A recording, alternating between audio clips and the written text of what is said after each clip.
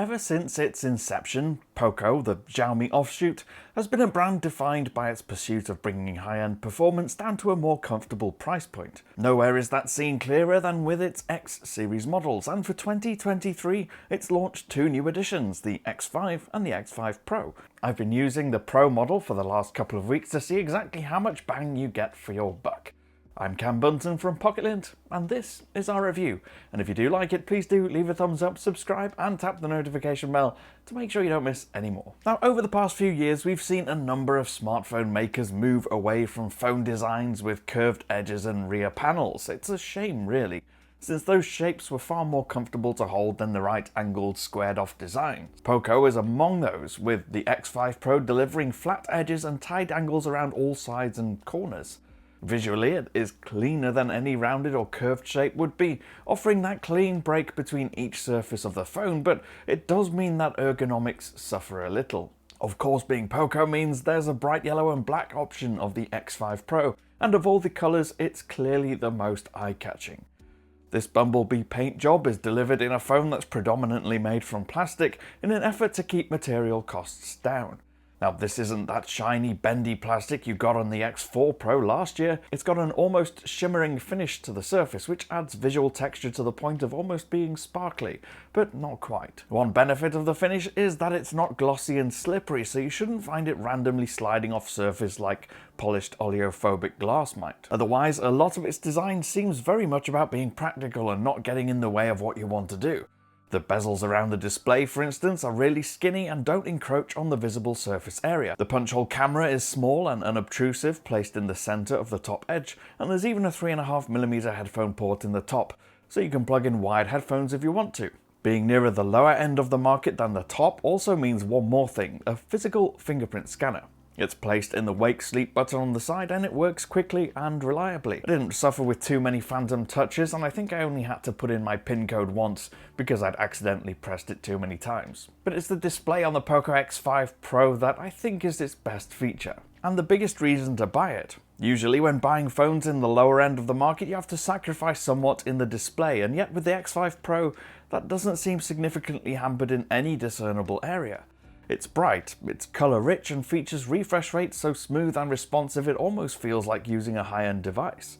It can go as high as 120 Hertz, and that means when you're scrolling through elements of the interface and software, the animation is really smooth and clear the entire time. In that regard, it feels just like using a flagship phone. There are, of course, differences between using this and a much more expensive phone screen, and most of those are invisible to the naked eye. For instance, Pocos won't adapt at incremental steps between 1 Hz and 120 Hz to save battery overuse. Instead, it switches between 60 Hz and 120 depending on the content. Still, for pure video watching enjoyment, there's very little we can say that's negative about the X5 Pro's screen. The only thing that really tarnishes the experience is the software. MIUI continues to be one of the more heavy-handed Android skins out of any Android manufacturer, with a number of at best counterintuitive choices and at worst completely nonsensical ones. For instance, as we've mentioned on other Xiaomi software-equipped phones recently, the wallpaper picker in the settings menu has changed. Instead of allowing you to simply pick from preloaded sets of still and live wallpapers, it forces you into Xiaomi's theme store. Other elements include the fact that it still has the control center and settings widgets split from the notifications, so you can't just swipe down from the middle to get to notifications anymore, at least not by default. You can enable the old style if you want to, but it's just another step to getting MIUI 14 working and acting in a more intuitive and efficient manner. That's without mentioning the constant pestering that you get on the lock screen to enable the carousel feature, which I never want to do. Now, as I mentioned in the display section, there's a real feeling of speed and fluidity about the Poco X5 Pro. It handles tasks effortlessly, and it doesn't seem to matter what those tasks are most of the time. Part of that, of course, is down to the 120Hz refresh ability of the display, and another part is down to the processing power behind it. It's powered by the Snapdragon 778G chipset, which isn't Qualcomm's ultimate top-tier platform, but it's more than good enough to ensure you have a fast and responsive experience. Loading games and any apps was done without any real noticeable lag or delay, and it might not be quite as instant and snappy as a Snapdragon 8 series phone, but unless you had one of those side by side with this, most of the time I don't think you'd notice. It's backed up with plenty of RAM and storage too to ensure there's enough memory to cope with all of your biggest demands. This review unit came with 8GB of RAM plus an extra 3GB borrowed from the storage and 256GB of said storage. The only one issue that I noticed during the testing period was when listening to music. We're accustomed to phone pausing songs or lowering music volume when notifications come through, but there were times when the Poco would just stop the track altogether when a notification comes through, and so had to be manually resumed when listening with a pair of Bluetooth earbuds. Wi-Fi similarly could be strong and consistent, but there was the odd time we experienced data hang-ups when the phone would seemingly need a few seconds to catch up with itself, and load images on Twitter, for instance. Now, saying that, Twitter hasn't always been the most performative of apps, but it was something that we noticed more on this phone than others. As for battery life, that seemed decent too.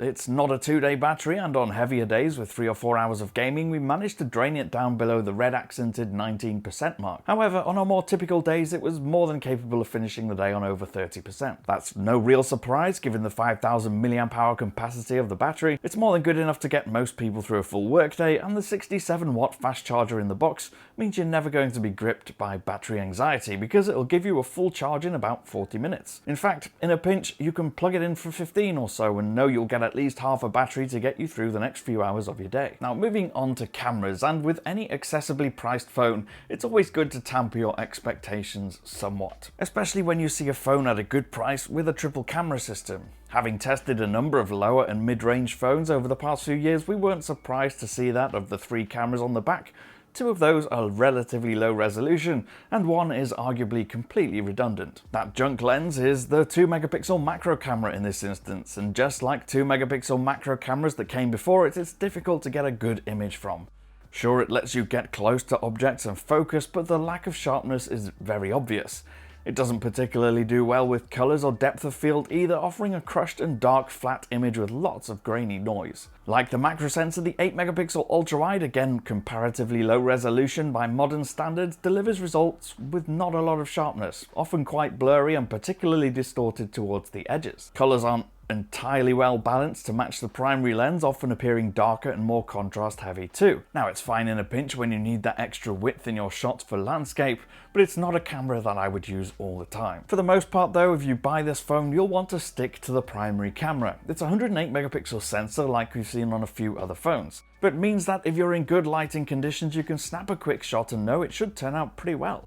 It's detailed, has some good colour, and for the most part copes fine with contrasting light conditions using HDR processing to good effect. Its clarity and depth of field aren't going to compete with the most expensive phones on the market, of course, but it's plenty good enough for sharing on social media. Now, arguably its biggest strength is that with its extra pixels, you can zoom in 2 times and still get a pretty sharp image without too much in the way of blur and noise. Now, in the end, with any phone looking to squeeze as much as possible in while keeping the costs down for the buyer, there are always going to be compromises. Whether that's in design and build like the X5 Pro or in other areas. The trick is getting all the important things right, so that you feel as though you're using a phone that performs really well day to day. And that's exactly what Poco has managed to do with the X5 Pro. The end feeling is one we've often felt with Poco. You get a lot of phone for your money, and sometimes the ambition of packing in lots to cheaper phones means a few quirks in other places. But if you're happy with those quirks, you'll love this phone. Let me know what you think of the latest mid-range flagship phone from Poco in the comments below, or you can grab me on Twitter. I'm at Cam Bunton. If you did like this video, please do leave a thumbs up, subscribe, and tap the notification bell, and then you won't miss any of our uploads. I'll see you again in the next one. Bye for now.